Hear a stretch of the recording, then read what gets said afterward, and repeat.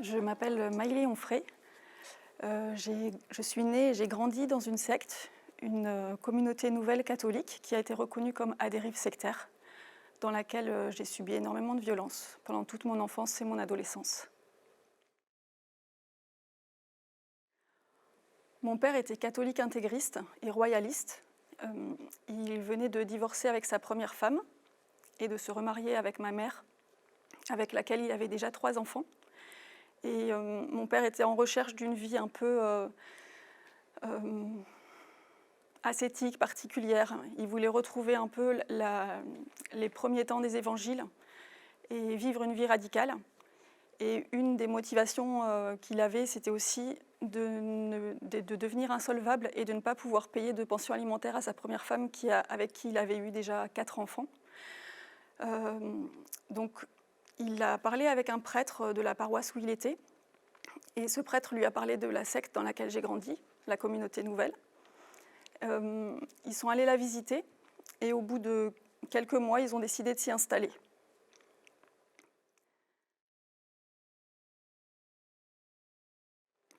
J'ai une sœur aînée qui a 6 ans de plus que moi. J'ai un autre frère qui a 4 ans de plus que moi. Et j'avais un autre frère qui avait 2 ans de plus que moi.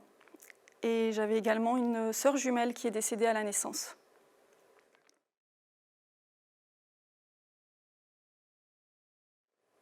Je me suis beaucoup posé la question pourquoi j'avais subi ces violences de la part du gourou de la secte. Et des pistes me sont venues. Par exemple, le fait que dans cette secte, mon père soit toujours envoyé à l'étranger et soit très peu présent. Le fait que les parents dans cette secte n'avaient pas le rôle de parents, mais travaillaient pour la secte de façon bénévole. Mais ce n'était pas eux qui s'occupaient de mon éducation, qui s'occupaient de moi au jour le jour. Donc je me sentais très très seule. J'étais très seule. Dans cette secte, les enfants étaient élevés ensemble dans la même pièce par une personne qui était sélectionnée par le gourou et sa femme. Et j'ai vraiment grandi avec un vide, un sentiment d'être transparente au milieu de centaines de personnes.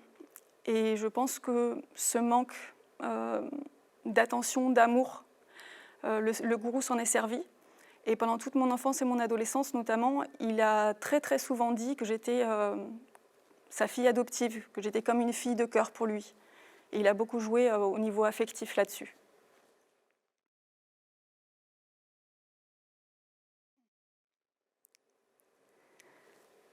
Ma mère avait fait des études de comptabilité. Elle venait d'une famille très simple. Sa mère avait été éleveuse de vaches avant qu'elle naisse. Et son père était ouvrier d'usine. Donc elle venait vraiment d'un milieu très modeste et très pauvre. Et au niveau des études, elle avait un gros complexe par rapport à ça. Quand elle est arrivée dans la secte, ils se sont servis donc de ses capacités en comptabilité. Mais elle a toujours travaillé de façon bénévole dans la secte. Dans la secte, en fait, certains membres avaient le droit de travailler à l'extérieur.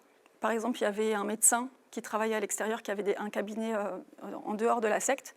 Mais sinon, la majorité des membres travaillaient à l'intérieur de la secte, dans les locaux, de façon bénévole, donc ce n'était pas payé. Et dans la secte, il y avait tout un système pour infantiliser les gens. Mes parents avaient un compte bancaire à leur nom, mais il était écrit dans les règles de la secte qu'ils ne pouvaient pas garder l'argent qu'ils avaient sur ce compte, qu'en fait, ils devaient toujours tout transférer sur le compte de la communauté. Et donc, ils avaient le droit d'avoir un compte bancaire de façon stratégique, c'était pour qu'ils puissent avoir les aides sociales. Et ensuite, les aides sociales étaient reversées à la secte.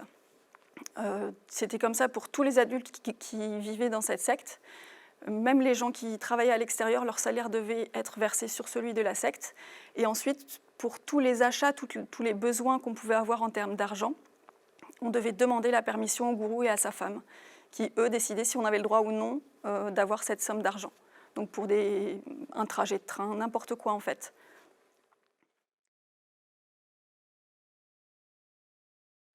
Mon père était un artisan, donc quand ils se sont connus avec ma mère, il était tisserand et il avait un jardin. Et quand il est arrivé dans la secte, comme il était très manuel, le gourou et sa femme se sont servis de ses compétences pour qu'il aille partout dans le monde, dans toutes les maisons que la secte avait, pour faire des travaux.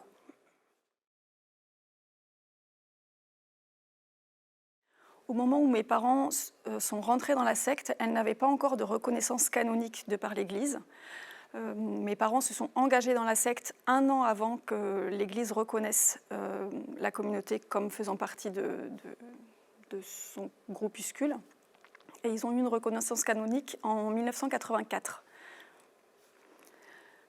La vie dans la secte était très réglementée. Il y avait des règles pour tout. Il existe des livres qui ont été publiés, qui peuvent se trouver sur Internet, dans lesquels tout est décrit dans les moindres faits et gestes de ce qu'on avait le droit ou non de faire dans la secte. Les adultes comme les enfants étaient régentés par le gourou et par sa femme, et ils décidaient vraiment d'absolument tout, du temps de sommeil des personnes, parce qu'on faisait ce qu'on appelle l'adoration perpétuelle. Donc en gros, il y a une hostie qui est mise dans l'église, dans la chapelle de la communauté, et de jour comme de nuit, on doit prier, et on se succède les uns après les autres pendant 1 heure pour prier devant cette hostie.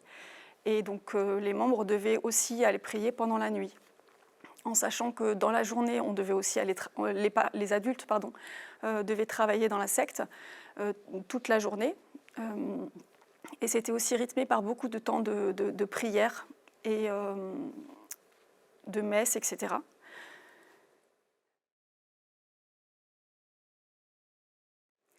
En ce qui concerne l'argent et les dons et les possessions dans la secte, de la même façon, tout était régenté donc, dans ce qu'on appelle le livre de vie, donc, qui reprend les règles de la secte. L'une des particularités de la secte, c'était la pauvreté. Il fallait qu'on obéisse à un vœu de pauvreté, tous les membres. Et donc mes parents n'avaient pas le droit de posséder d'argent, de posséder de biens.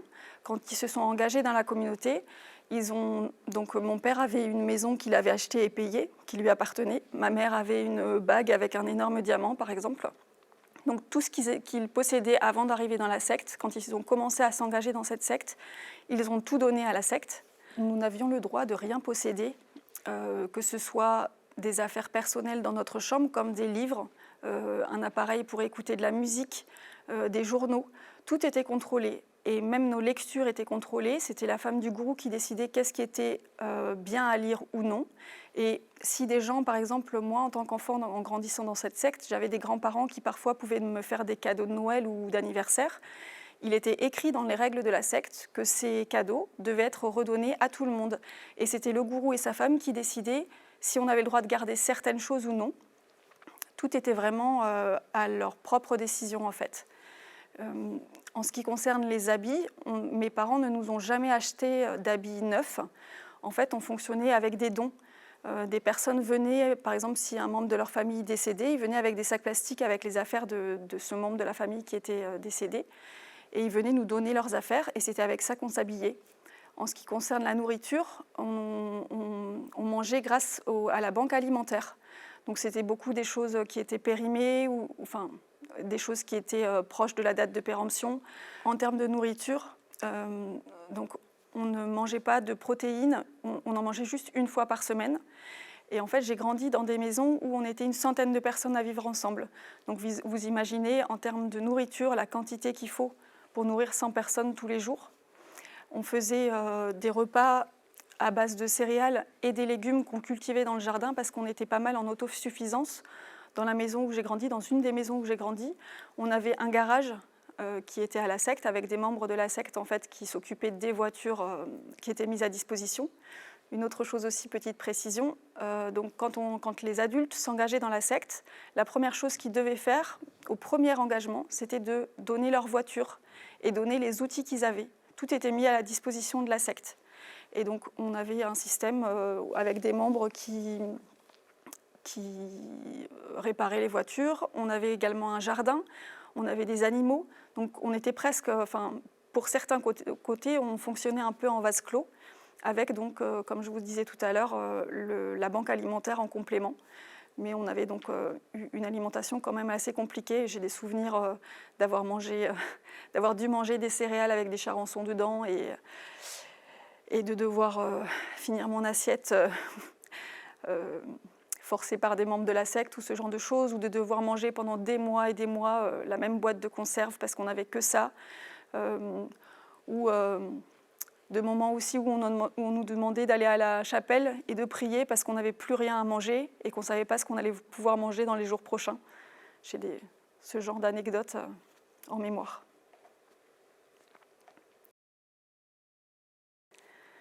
Donc, dans la secte, c'était un système pyramidal avec évidemment à la tête le gourou et sa femme qui régentaient tout, même si dans certains textes, dans les livres qui sont publiés, il y a des mentions comme quoi il y avait une élection, il y avait un système de vote, etc. Dans les faits, dans la réalité, ça n'a jamais été le cas et c'était toujours le gourou et sa femme qui étaient à la tête de tout et qui régentaient tout.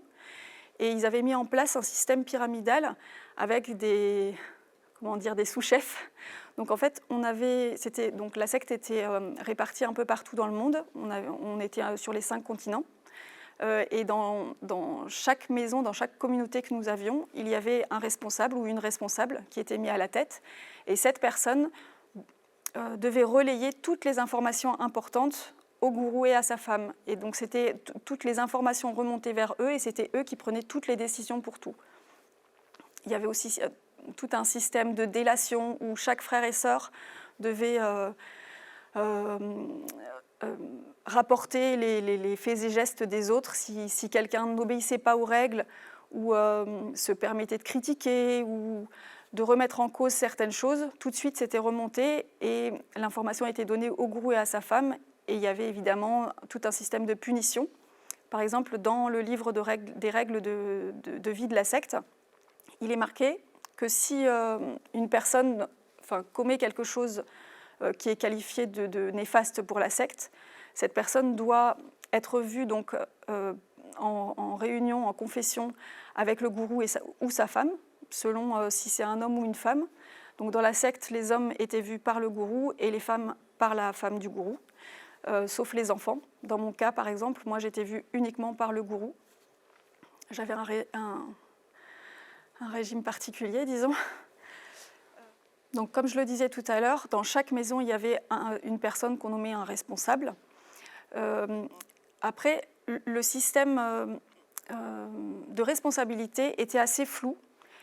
C'était le gourou et sa femme qui décidaient si une personne était apte ou non. Même si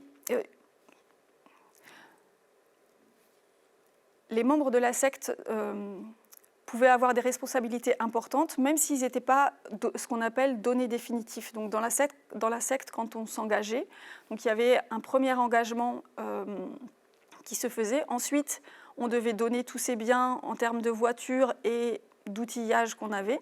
Ensuite, les adultes faisaient ce qu'on appelle un vœu temporaire pendant 2 ans, puis ensuite un vœu temporaire pendant 3 ans, et enfin, ils faisaient leur vœu définitif. Donc c'était un peu l'équivalent un peu comme un mariage à l'église, quelque chose qui ne peut pas être brisé. Donc mes parents ont fait ces vœux définitifs, et quand ils faisaient les vœux définitifs, ils donnaient tous leurs biens. Dans la secte, une chose qui a été reprochée et qui a joué dans le fait que ce soit reconnu comme à dérive sectaire par l'Église, c'est le fait qu'on mélange ce qu'on appelle le fort interne et le fort externe.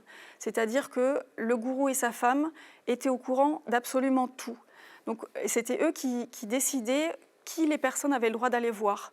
Donc par exemple, pour prendre un confesseur, si on voulait se confesser, c'était le gourou et sa femme qui choisissaient qui on pouvait aller voir, et on n'avait pas le droit d'aller voir un prêtre qui était à l'extérieur de la communauté. Je soupçonne qu'il n'y avait pas de respect du secret de la confession de la part de ces prêtres. Ensuite, le gourou jouait beaucoup sur des entretiens. En fait, il donnait très très régulièrement à tous les membres des entretiens en particulier, pendant lesquels lui ou sa femme, donc comme je disais tout à l'heure, selon si c'était un homme ou une femme, il leur posait des questions sur tout, où il parlait de leur vocation, où il parlait de ce qu'ils ressentaient, de qui ils aimaient, comment ils aimaient, etc. Il rentrait vraiment dans les détails, dans tout.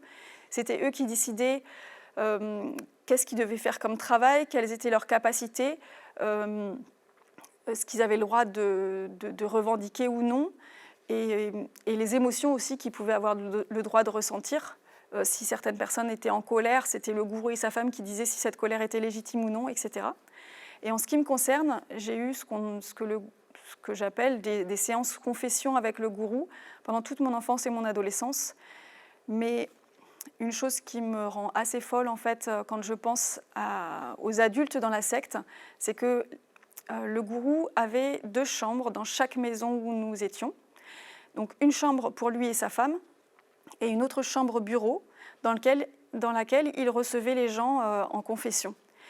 Et donc moi, il m'a reçue pendant des années et des années dans cette chambre bureau dans laquelle il y avait un lit. Sauf que nous vivions dans des maisons que c'était des abbayes énormes où on pouvait vivre à 100 personnes. Donc il aurait pu trouver n'importe quelle pièce dans cette abbaye où il n'y avait pas de lit, avec simplement 2 chaises et éventuellement un bureau pour faire ses confessions. Mais il les a toujours fait dans cette chambre. Et pendant ces séances de confession, donc au départ, il commençait toujours. Donc on avait 2 fauteuils pratiquement l'un à côté de l'autre. Et pendant ces séances de confession, il me tirait les verres du nez sur absolument tout. Donc il voulait savoir ce que j'éprouvais, qui j'aimais, quelles études je voulais faire, qu'est-ce que j'espérais, de quoi je rêvais. Il me demandait absolument tout. Et ensuite, il me violait en m'emmenant sur son lit dans cette chambre. Et c'était ça. Et ça se passait pratiquement devant tout le monde en fait. Les violences sexuelles que j'ai subies de la part du gourou ont commencé, je pense, autour de l'âge de mes 2 ans. Et ensuite, vers l'âge de mes 15 ans, ça a continué donc de mes 2 ans à mes 18 ans, mais vers l'âge de mes 15 ans, il m'a retirée à la garde de mes parents. Donc mes parents habitaient dans une maison dans l'ouest de la France, et le gourou habitait dans une autre maison dans le nord de la France. Et il a décidé, quand j'ai eu 15 ans, de m'enlever à mes parents et de me faire venir dans la maison où lui, il était, pour que je sois à sa disposition de mes 15 à 18 ans. Concernant les violences que j'ai subies, je pense que les membres étaient tellement embrigadés et tellement dans une soumission et une obéissance totale et absolue au gourou et à sa femme qu'aucun d'eux ne s'est jamais posé de questions. En tout cas, jamais l'un d'eux ne m'en a parlé. J'ai, durant toute mon enfance et mon adolescence, montré beaucoup de signes et j'ai lancé des appels à l'aide, plusieurs. Par exemple, quand j'étais enfant, j'ai fait des dessins où je montrais ce qu'on me faisait. Je les ai montrés à ma mère. Ma mère les a montrés à la femme du gourou. Et une des conséquences de ce premier appel à l'aide que j'ai pu faire, un des premiers que j'ai pu faire, c'est que le gourou m'a puni et m'a violée en me disant que les papiers, c'est le mal. J'ai pu aussi en parler à ma grand-mère. Dans la secte, il était assez compliqué d'avoir des rapports avec la famille éloignée. Nous, nos rapports étaient assez difficiles. La secte nous apprenait vraiment à nous méfier d'eux et mes parents véhiculaient également ce message-là. Mais malgré tout, j'ai réussi vers l'âge de 11 ans, lors d'un séjour chez ma grand-mère en vacances, à essayer de lui parler de ce que je vivais. Et ma grand-mère m'a dit qu'elle ne voulait rien entendre. Je soupçonne, après avoir interrogé et un peu creusé l'histoire familiale, je soupçonne que ma grand-mère a été elle-même victime de son propre père. Donc je pense que c'est sûrement pour ça qu'elle a réagi de cette façon. À nouveau, cet appel à l'aide a été ignoré. Une autre fois, je suis allée voir mon père et je lui ai raconté ce que le gourou me faisait. Mon père m'a emmenée voir le médecin pour vérifier, je pense, que tout allait bien, mais sans lui dire exactement pour quelles raisons mon père voulait que je sois vue par un médecin. Et ensuite, il a parlé au gourou en lui disant ce que je lui avais raconté. Le gourou nous a convoqués tous les 2 devant lui. Il a dit que je mentais, que j'avais le mal en moi. Et il m'a emmenée dans la chapelle de force avec sa femme qui était également présente et mon père. Et il m'a fait ce qu'on appelle une séance de repos dans l'esprit. C'est une forme de séance d'exorcisme en disant que donc il allait faire sortir le mal de moi et que comme ça j'allais arrêter de mentir et de raconter des bêtises. Et ensuite, ils m'ont emmenée dans une abbaye pas très loin de là où on habitait, une abbaye que je sais maintenant par un article du journal La Croix que cette abbaye était connue comme étant un lieu où beaucoup de prêtres pédocriminels qui avaient été mis en cause étaient mis dans cette abbaye en retraite, entre guillemets. Et donc nous, les enfants de la secte, de la communauté, nous allions très très régulièrement dans cette abbaye pour y faire des prières et des choses comme ça. Et on était très proche d'un moine qui y était. Et donc le gourou, à la suite de cette séance d'exorcisme, m'a emmenée voir ce moine. Et ils ont dû discuter tous les deux, c'est ce que je pense, parce qu'ensuite, ce moine m'a violée à plusieurs reprises à chaque fois que j'allais là-bas. Il me violait dans la forêt à côté de l'abbaye. Donc à chaque fois que j'ai essayé de parler, en fait, il y a eu des conséquences pour moi où...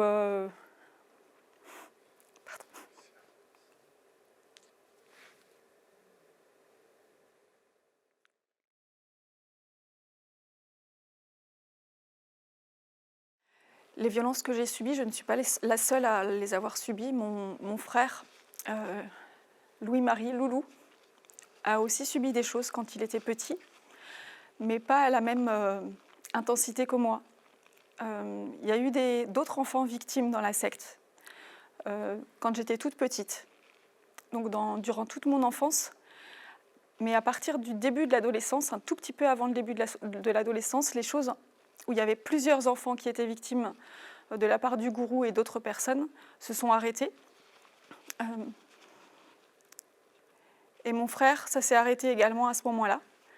Moi, par contre, le gourou a continué à me faire subir des viols pendant tout le reste de l'adolescence.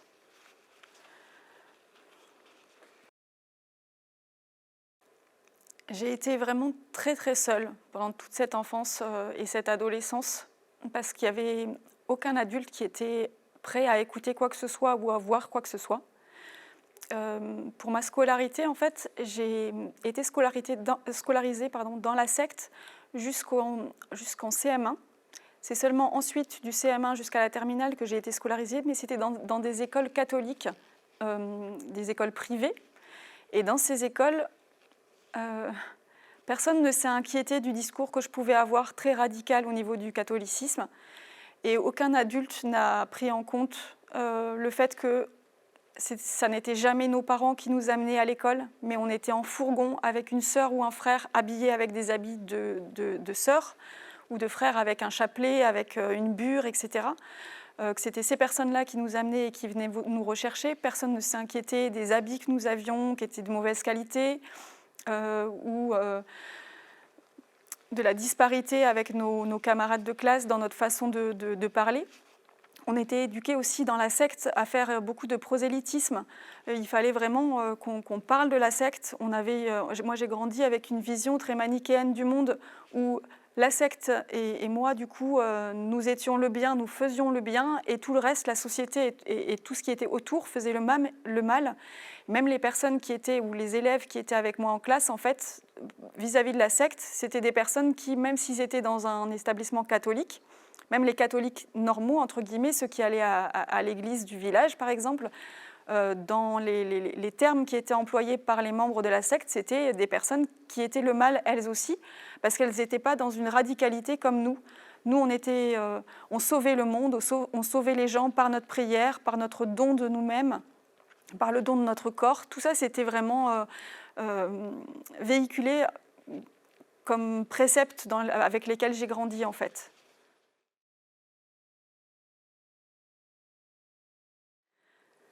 À l'école, ça a toujours été assez compliqué pour moi, parce que du coup, du fait de cette particularité avec laquelle je grandissais et ce discours très catholique, très extrémiste que je pouvais avoir, les autres enfants me trouvaient vraiment très très bizarre. C'était très rare que j'arrive à me faire des amitiés. Et encore une fois, j'ai vraiment eu une enfance où je me suis sentie très seule, à la fois dans la secte et à la fois quand j'étais à l'extérieur aussi, les rares fois quand j'allais à l'école. Parce qu'on était, dans les villages dans lesquels je grandissais, les gens nous qualifiaient de secte. Ils racontaient des histoires en disant que, par exemple, dans une des maisons dans laquelle j'ai grandi, il y avait des gens du village qui racontaient qu'on faisait des cérémonies la nuit. Donc on avait des moutons, qu'on faisait des cérémonies la nuit tous à poil et qu'on dansait avec nos moutons et qu'on jouait à saute-mouton sur les moutons. Voilà. Il y avait ce genre d'histoire-là qui tournait dans les villages autour. Et j'avais forcément des camarades de classe qui étaient dans ce village-là. Et donc c'était juste impossible en fait. Et j'ai été à plusieurs reprises victime de harcèlement scolaire. J'ai eu vraiment une scolarité qui n'était pas facile.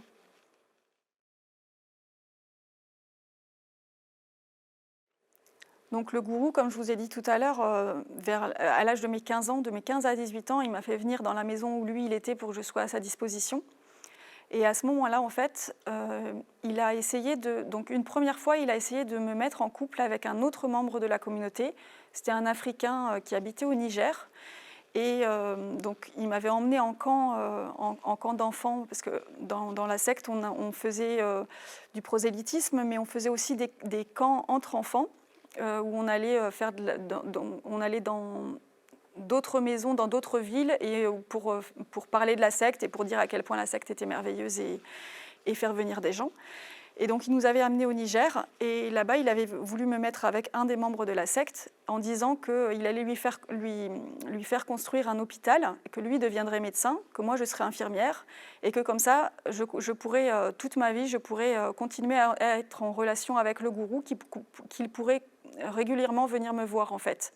Donc c'est une première fois où il a essayé de me mettre en couple avec quelqu'un. Ensuite, je suis tombée amoureuse d'un membre de la secte, un jeune garçon qui venait d'arriver, qui était seul, je veux dire sans famille. Et pendant longtemps, en fait, on a échangé des courriers, mais on le faisait en secret parce que je savais que ce serait mal vu et que ce serait interdit. Et je soupçonne qu'une membre de la secte a fait une délation et en a parlé au gourou et à sa femme. Et en fait, moi, j'ai été convoquée par la femme du gourou et le gourou qui m'ont interdit d'être en relation avec ce garçon-là. Je n'ai même pas pu lui écrire, l'appeler ou quoi que ce soit. J'ai dû arrêter absolument tout contact avec lui. Et c'est à ce moment-là en fait, qu'ils m'ont dit que la personne dont j'avais besoin, c'était quelqu'un qui avait grandi avec les mêmes préceptes que moi, qui avait le même vécu que moi. Et donc ils m'ont dit qu'ils me mettaient avec leur fils, un de leurs fils. Et c'est comme ça que j'ai eu un mariage forcé, un mariage arrangé. Donc j'ai eu 2 enfants avec cet homme, avec ce fils du gourou. Et j'ai vécu avec lui jusqu'en 2011. Et c'est à ce moment-là que j'ai eu un déclic d'un coup, et où j'ai réussi à fuir la secte avec mes filles.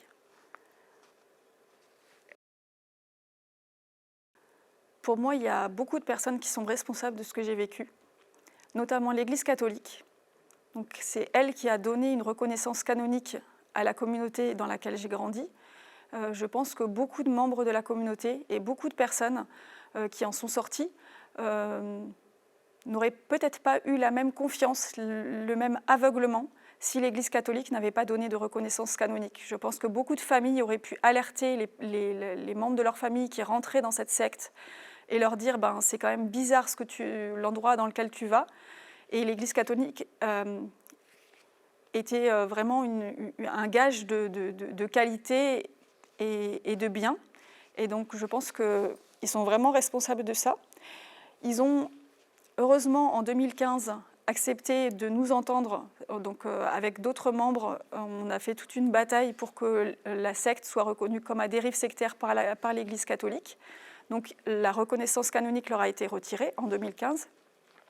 Mais, petit roulement de tambour, en 2016, donc 1 an plus tard, la secte a réussi à retrouver une reconnaissance canonique auprès d'un évêque allemand.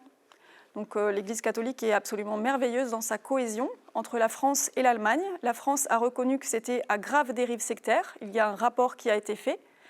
Et l'Allemagne n'en a rien à faire, n'écoute rien du tout et a redonné une reconnaissance canonique à cette secte. Il y a eu un article du journal Le Monde qui faisait l'éloge de la secte dans laquelle j'ai grandi. Il y a également des assistantes sociales qui venaient dans la secte et qui nous amenaient des gens. Parce que la communauté dans laquelle j'ai grandi accueillait des personnes en difficulté. Donc les assistantes sociales nous amenaient des gens qui venaient de la rue, des gens qui sortaient d'hôpitaux psychiatriques, de prison. Et donc toutes ces assistantes sociales, moi je me demande bien qu'est-ce qu'elles faisaient en fait. Parce que le fait que les enfants soient séparés des parents, c'était tout à fait visible. Ces assistantes sociales, elles sont venues, elles voyaient le rythme de vie qu'on avait, elles voyaient les qualités des bâtiments. Les bâtiments dans lesquels j'ai grandi, il n'y avait pas de chauffage. L'une des maisons dans laquelle j'ai grandi quand j'étais toute petite, pendant 8 ans, il n'y a pas eu l'eau courante. Il y avait un seul sanitaire à l'autre bout du bâtiment. Et dans ce sanitaire, on faisait tout. Avec ma famille, quand j'étais petite, c'était un seul jour par semaine où on pouvait se laver. Donc c'était le dimanche, on avait une baignoire, mes parents mettaient de l'eau, ils se lavaient tous les deux, ma sœur et moi on se lavait, mes 2 frères se lavaient dans la même eau, une fois par semaine. Le reste du temps c'était un seau et toilette de chat avec le gant. Et pour les toilettes, c'était dans un seau qu'on allait vider le matin, dans les sanitaires, mais c'était les sanitaires où on faisait aussi la vaisselle pour le petit déjeuner, la vaisselle du repas. Il y avait des trous dans le mur, il n'y avait pas de chauffage. Enfin, il y avait des conditions de vie. Que faisaient ces assistantes sociales? Pourquoi aucune d'elles n'a alerté? Dans la secte, quand on était malade, donc, comme je vous l'ai expliqué, dans les règles, il fallait demander la permission pour tout. Évidemment, pour aller voir le médecin, c'était pareil. Donc, c'était le gourou et sa femme qui décidaient si c'était valable ou non d'aller voir le médecin, en sachant qu'il y avait infirmières et médecins dans la secte. Donc, souvent, ça pouvait rester en interne. Et sinon, on allait voir des médecins, mais souvent, c'était des médecins qui étaient homéopathes. Donc, moi, j'ai eu des soins à base de petites boules de sucre, donc, qui ne sont pas très efficaces. Il y a aussi, c'est pas mon cas, mais il y a des enfants de la secte qui ont été faussement vaccinés par ces médecins-là. Je ne sais pas si je dois le dire ça. Généralement, c'était toujours le même médecin, celui qui avait été sélectionné par le gourou et sa femme. Donc c'était plutôt quelqu'un d'assez loufoque, je pense, qui ne se posait pas trop de questions, qui ne se demandait pas qu'est-ce que c'était que ce mode de vie assez étrange. Et une autre particularité aussi, c'est que le gourou et sa femme jouaient beaucoup sur le fait de nous faire déménager très régulièrement. Moi, je n'ai jamais vécu plus de 5 ans au même endroit. Donc du coup, pour créer des liens, pour être suivi médicalement et pour que quelqu'un se rende compte qu'il se passe quelque chose, il faut du temps. Et le gourou et sa femme, je pense, mesuraient ça très bien. Et on était tout le temps, on devait déménager très très régulièrement et c'était toujours du jour au lendemain, sans être vraiment prévenu à l'avance, sans savoir pourquoi non plus. Et on était catapultés à un endroit. On repartait sans rien, évidemment, hein, parce qu'en termes de possession, comme je vous l'avais dit, on n'avait pas le droit à grand-chose. Donc on repartait toujours à zéro. Et c'était la même chose pour les contacts. Et le gourou et sa femme, en ce qui me concerne, à chaque fois que j'ai commencé à créer des liens avec des gens et à être un peu plus proche, ils m'ont toujours fait déménager avant que j'ai le temps d'avoir pu tester, entre guillemets, si la personne était une personne de confiance et si je pouvais lui parler un peu plus. En termes de responsabilité, j'oublie aussi la police. En fait, donc, comme je vous l'ai expliqué, dans cette secte, on vivait à une centaine de personnes. Une centaine de personnes qui pouvaient avoir des particularités telles que venir de la rue, venir de prison, venir d'hôpitaux psychiatriques, avec des grosses difficultés. C'était des gens avec des fragilités, avec sûrement des troubles psy non diagnostiqués, etc. Vous imaginez bien 100 personnes comme ça qui vivent ensemble dans un espèce de petit vase clos. C'était explosif. Il y avait très régulièrement de la violence. Moi, j'ai vécu dans un environnement avec des gens qui mettaient des coups de couteau, qui se tapaient. Mon père, plusieurs fois, je me suis levée le matin, il avait le crâne défoncé, il s'était pris un coup de couteau, il avait les côtes cassées parce qu'il avait essayé de maîtriser quelqu'un, etc. Des personnes qui ont tenté de se suicider ou qui se sont suicidées. Et donc la police venait dans ces cas-là. Pareil, que faisaient ces policiers? Pourquoi aucun n'a posé de questions et n'a fait d'enquête sur ce qui se passait dans cet endroit? Quand je suis sortie de la secte, j'ai commencé des démarches pour divorcer et pour la garde de mes filles, parce que ce qui était le plus important pour moi, c'était de les protéger. Ça a été une très longue bataille qui a duré pratiquement 8 ans. 8 ans de très nombreuses procédures judiciaires. J'ai également fait toute une démarche, parce que c'était important à mes yeux, pas parce que je ne suis plus ni croyante ni pratiquante, mais pour moi, l'Église a une responsabilité dans ce que j'ai vécu. Donc c'était important pour moi que l'Église reconnaisse la nullité de mon mariage. En gros, c'est comme un divorce, mais avec l'Église. Et donc, ça a été une très longue bataille. Ça se passe exactement comme... ça se passe un peu de la même façon que pour un divorce classique. On a un avocat, on est interrogé pendant des heures et des heures.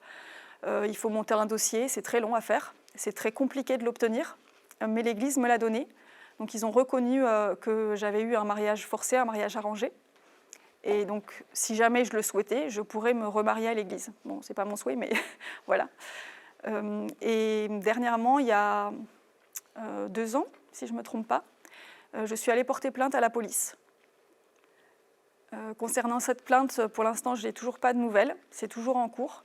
Mais la personne qui m'avait entendue en audition m'a dit que je n'en aurais sûrement pas avant une dizaine d'années.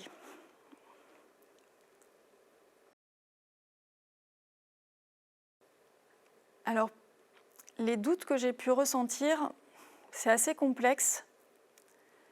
Bien sûr, tout au long de mon enfance et mon adolescence, il y avait des choses qui n'allaient pas. Le gourou, publiquement, quand il faisait ses formations et qu'il parlait de la doctrine de la secte, ou alors qu'il parlait pendant les cérémonies, il avait un discours très lissé, très sanctifié. Et bien sûr, moi, j'avais une autre version avec les viols qu'il me faisait subir.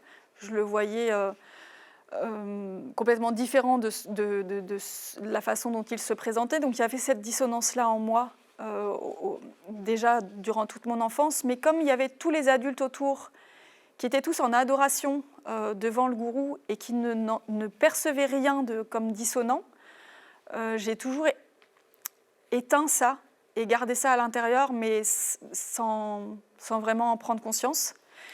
Et j'ai commencé à me poser des questions. Donc, j'ai eu une phase à l'adolescence quand le gourou a voulu me mettre avec cet homme du Niger.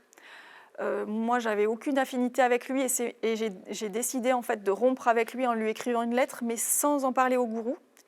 Le gourou m'a puni d'ailleurs pour ça. Ça a été un peu une première fois où je me suis beaucoup rebellée, disons. Ensuite, quand je suis tombée amoureuse du garçon dans la secte, j'espérais en fait que ce garçon-là me sauve. On avait des rêves tous les deux de partir au Canada. Bon, c'était quelque chose de très utopiste, hein. Lui, bûcheron, moi qui vis dans les bois. J'avais l'espoir un peu de fuir de la secte. Bon, c'était pas très réaliste parce que lui aussi était engagé et puis il avait à l'époque pas vraiment, en tout cas on n'en parlait pas, mais il n'avait pas de regard critique sur ce qui se passait. Mais j'avais un peu cette fenêtre ouverte où je me disais que j'allais réussir à fuir. Et quand le gourou et sa femme m'ont mis de force avec leur fils pour que je me marie avec lui, c'est un peu comme si...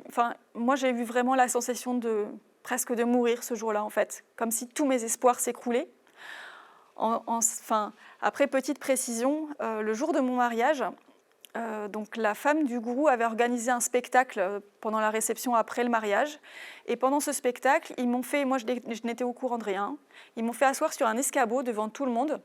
Et donc moi j'étais partie prenante, je ne sais pas comment on dit, je faisais partie du spectacle, mais sans savoir ce qui allait se passer. Et c'était une histoire de schtroumpfette.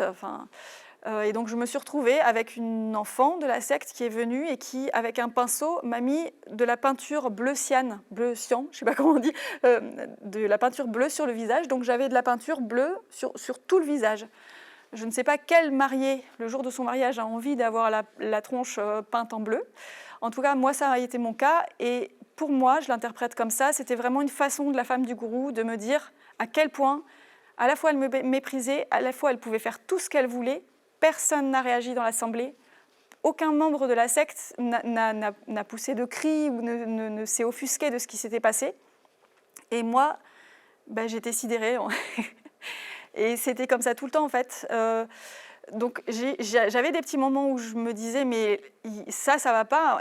À la fois, elle me disait qu'elle était super heureuse de m'avoir dans sa famille et qu'elle était fière. Et à la fois, elle avait fait ça. Donc, comment on peut aimer quelqu'un, dire qu'on aime quelqu'un, voilà. J'ai eu beaucoup de dissonances comme ça, mais ça s'éteignait tout le temps. Et la vraie prise de conscience, ça a été, en fait, la femme du gourou aimait beaucoup la méthode Montessori. Et elle m'a demandé de faire la formation Montessori. Donc j'ai fait la formation qu'on dit officielle, même si ce n'est pas reconnu. J'ai fait la formation pour les enfants de 3 à 6 ans et la formation pour les enfants de 6 à 12 ans. Parce que la femme du gourou voulait avoir les classeurs de formation, parce que c'était un moyen pour elle de créer des petites écoles et de faire du prosélytisme, de toucher des familles avec des jeunes enfants pour qu'ils viennent dans la secte. Et lors de la dernière formation que j'ai faite, donc à chaque fois que je faisais ces formations, il y avait quelqu'un de la secte qui m'accompagnait, j'étais jamais seule. Et le dernier été de la dernière formation que j'ai faite, personne n'a pu venir. J'étais toute seule et j'étais en logement étudiant avec d'autres camarades qui faisaient cette formation. Et ça a été ça mon déclic. C'est que il y avait une personne qui se formait avec moi qui a parlé de violence conjugale. Et moi, j'étais à côté, j'écoutais ce qu'elle disait et je me suis dit, mais c'est ce que je vis, moi. Et ça a été la première prise de conscience que j'ai eue. Et après, je ne sais pas, c'est... Un mois plus tard, en fait, j'ai eu un déclic et c'était tout ou rien. Enfin, il fallait que je parte de la secte. Si je restais, je mourrais. Et j'étais dans une urgence et je suis enfin, j'ai pas tergiversé. C'est du jour au lendemain, c'était je fuis. Donc l'élément déclencheur, ça a été ça. Donc ça a été cet été de formation où j'ai pu discuter avec d'autres personnes et j'ai été confrontée. Donc pendant cette formation, j'ai également parlé avec un homme qui faisait la formation et je lui disais mon épuisement, à quel point j'en pouvais plus et que je baissais les bras et que si je mourais, tant pis. J'avais ce genre de discours-là avec lui et en fait, sa colère a été vraiment une aide pour moi à me rendre compte que ce que je disais, le discours que j'avais, n'était pas normal. Et ça m'a aidé à prendre conscience de certaines choses. Donc ensuite, j'ai pris la décision de partir. J'ai prévenu mon ex-mari. Sauf qu'après l'avoir prévenu, je me suis aperçue que j'étais enceinte. Et en sachant que j'avais eu plusieurs grossesses avec une grossesse très compliquée, des fausses couches avec beaucoup d'hémorragie. Enfin, vraiment, c'était vraiment très, très difficile pour moi d'être enceinte. J'étais très malade. Et quand j'ai pris conscience de ça, j'ai pris la décision de faire un avortement parce que je savais que si je voulais garder ce bébé, ce fœtus, je ne pourrais pas partir en fait.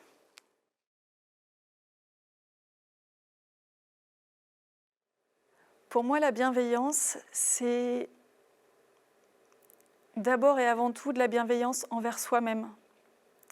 Ça, c'est quelque chose que j'ai mis beaucoup de temps à apprendre, mais qui me permet de me reconstruire. C'est mon socle, en fait, d'être à l'écoute de moi-même, de mes besoins, de mes difficultés et de mes limites aussi. Pour moi, c'est ça la bienveillance. Et ensuite... La bienveillance, bien sûr, ça s'élargit aux personnes qui nous côtoient. Donc c'est de la bienveillance toujours envers soi-même, mais j'ai coupé les ponts avec énormément de personnes, dont tous les membres de ma famille. J'ai plus de lien en fait maintenant, parce que je me suis aperçue que j'ai une famille dysfonctionnante et je ne voulais plus laisser personne me faire du mal. Donc que ce soit de la part de ma famille, que ce soit que ce soit dans mon travail, que ce soit dans mes amitiés. J'ai vraiment fait un ménage incroyable et pour moi ça aussi c'est de la bienveillance. Je ne sais pas si ça rentre vraiment dans cette définition, mais pour moi ça l'est. Bienveillance dans les rapports humains qu'on peut avoir et se protéger quand ces rapports ne sont pas bénéfiques ou font du mal. Et après, bien sûr, de la bienveillance dans les rapports humains qu'on peut avoir avec les autres. Dans la secte dans laquelle j'ai grandi, alors le terme bienveillance, à l'époque, j'aurais qualifié ça de bienveillance, ce qu'on appellerait plutôt du love bombing en fait, qui est assez caractéristique des dérives sectaires. Mais maintenant, avec mon regard, en étant sortie de la secte, je ne dirais pas que c'est de la bienveillance, mais donc, dans la secte, on était vraiment éduqués ou enjoints à toujours avoir un grand sourire, à être toujours lumineux, à accueillir les gens avec beaucoup de joie, avec beaucoup d'expansion, avec beaucoup un côté très tactile, beaucoup de câlins, ce genre de choses-là. il fallait vraiment faire du love bombing, en fait, c'est ça, hein, c'est montrer une façade de joie et uniquement d'émotions positives, avoir un retour sur ce qu'on vivait, sur notre quotidien qui n'était que positif. Donc, dans cette secte, il y avait le love bombing, mais il y avait aussi, de la part du gourou et de sa femme, un amour fin. Ils disaient vraiment qu'ils aimaient tous les membres de la secte. Et ils se servaient aussi beaucoup de ça dans la secte, dans le système de délation. Donc, c'était vraiment très, très arbitraire. C'était eux qui choisissaient qui mettait à quel poste, dans quel pays les familles allaient vivre.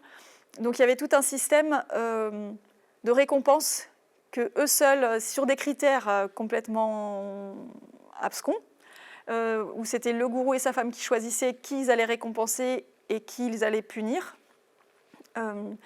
Et avec certains membres, ils pouvaient donner des privilèges. Moi, par exemple, quand j'étais adolescente, j'ai eu le droit, donc le gourou m'a octroyé le droit d'avoir des lapins dans ma chambre, donc ce qui était complètement interdit pour tous les autres membres. Donc moi, j'ai eu plein de lapins dans ma chambre. C'était une façon de me faire taire, me payer pour mon silence, pour les violences sexuelles qu'il me faisait. En fait, en échange, j'ai eu des lapins. Et il était aussi, pendant les séances confession que je pouvais avoir avec lui, il avait une première phase, le début en fait de ces séances-là, pas après lors des viols. Là, il était très violent et il a été extrêmement à certains moments. Mais au départ, il était toujours très très bienveillant. J'avais vraiment cette dichotomie quand je pensais à lui, avec vraiment l'impression que c'était un père pour moi et qu'il m'aimait et que j'étais sa fille adorée, etc. Et il jouait beaucoup là-dessus. J'ai eu des privilèges aussi, des privilèges. Il se servait de ça, mais donc ses enfants avaient un statut particulier au gourou, et leurs enfants avaient un statut particulier en termes d'études, en termes d'argent, en termes de tout. En fait, eux étaient vraiment à part. Les règles n'étaient pas valables de la même façon pour eux. Et ils avaient des précepteurs, des sœurs en fait, ou des personnes qui étaient mis dans leur famille pour s'occuper des enfants de la femme du gourou et du gourou. Et moi, en fait, mon frère et moi, on avait un statut un peu particulier où on avait le droit aux mêmes cours qu'eux. Donc j'ai eu des cours de musique. J'ai fait des voyages et des choses comme ça que d'autres enfants de la secte ou d'autres membres n'avaient pas le droit de faire. Dans la secte, l'intention derrière la fausse bienveillance qui était affichée, soit par le love bombing, soit par l'amour fraternel fin du gourou ou de sa femme, pour eux c'était vraiment pour amener les gens à pour pouvoir continuer à manipuler les gens, pour les aveugler et pour faire en sorte qu'ils se donnent encore plus et qu'ils s'infantilisent encore plus et qui perdent toute particularité et toute capacité de penser en fait. Alors que la bienveillance que je peux avoir maintenant, la bienveillance que je m'accorde ou que j'accorde aux autres dans mes relations à présent, c'est vraiment une volonté, pas de manipuler les autres, mais au contraire d'avoir des liens sains, d'avoir une relation à moi-même qui est saine et une relation aux autres qui est saine, et où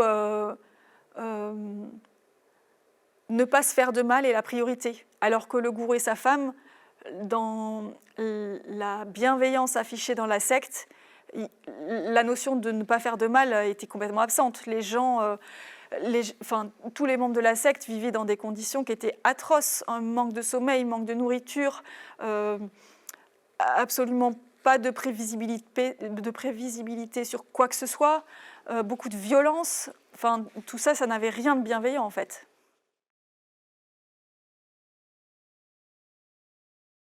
Quand on sort d'une secte, c'est très long, très compliqué de se relever. Quand on est né et qu'on a grandi dans une secte, ça l'est encore plus. Parce que déjà, partir d'une secte, c'est très compliqué, c'est très difficile. Mais quand c'est ce qui fait votre ADN, quand c'est ce qui fait tous ceux avec quoi vous vous êtes construit, quand votre famille, tous les gens que vous connaissez, que vous avez toujours connus depuis votre enfance, depuis votre naissance, sont dans cette secte et que vous en partez, c'est comme sauter dans le vide, un peu comme mourir en fait. C'est très... Pardon pour cette image, mais c'est la chose la plus difficile à faire, je trouve. J'ai mis plusieurs années, beaucoup d'années, et je suis encore en train d'essayer de me reconstruire et de guérir de ce début de vie très compliqué. J'ai mis énormément d'années à m'accorder le droit de posséder quelque chose, à m'accorder le droit d'avoir une maison sans me dire qu'il faut que j'en fuis, une maison dans laquelle je me sens en sécurité.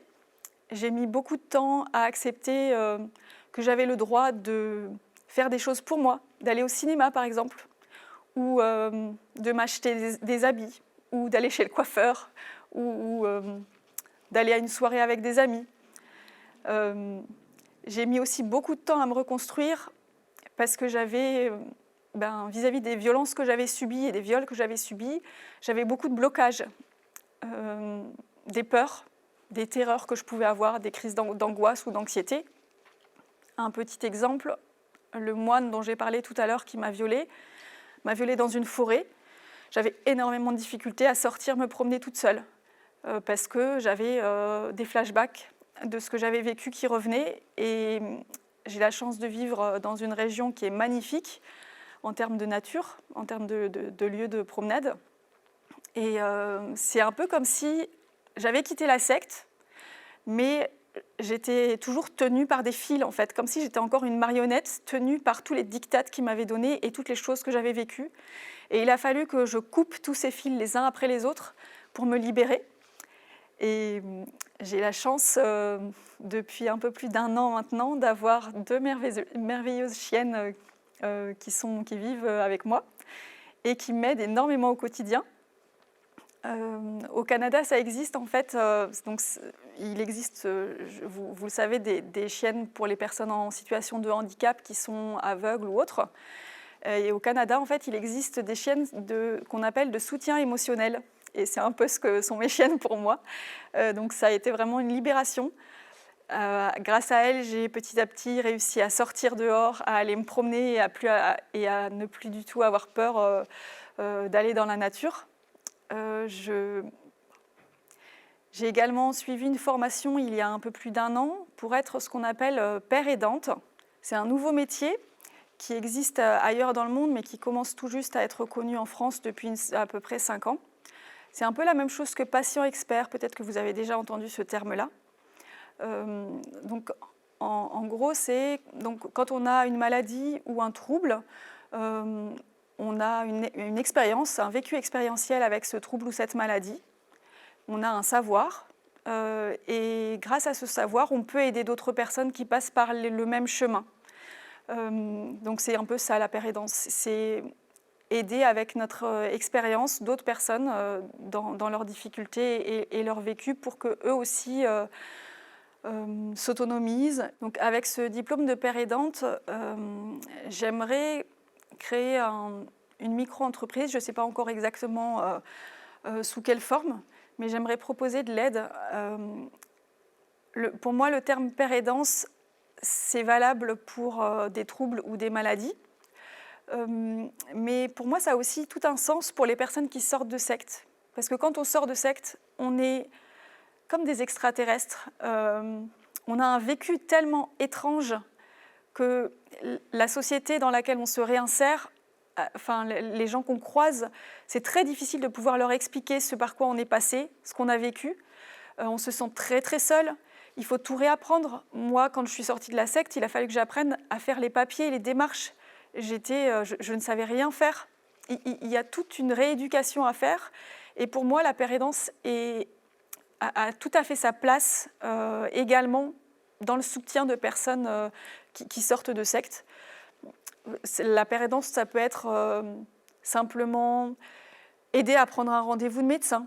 ça peut être accompagner la personne à ce rendez-vous et puis aider à formuler certaines choses si la personne n'arrive pas à le faire. Ou expliquer un vécu si la personne, c'est trop douloureux pour elle d'en parler. On peut être l'intermédiaire pour elle auprès d'une institution ou d'un médecin, etc. La paire aidance, ça peut être aussi, par exemple, moi qui avais des difficultés. En fait, j'ai réfléchi à ce que moi j'aurais aimé avoir sur mon propre parcours de reconstruction. Et en gros, la paire aidance, c'est ça, c'est apporter un soutien, un accompagnement en fonction de ce dont la personne a besoin.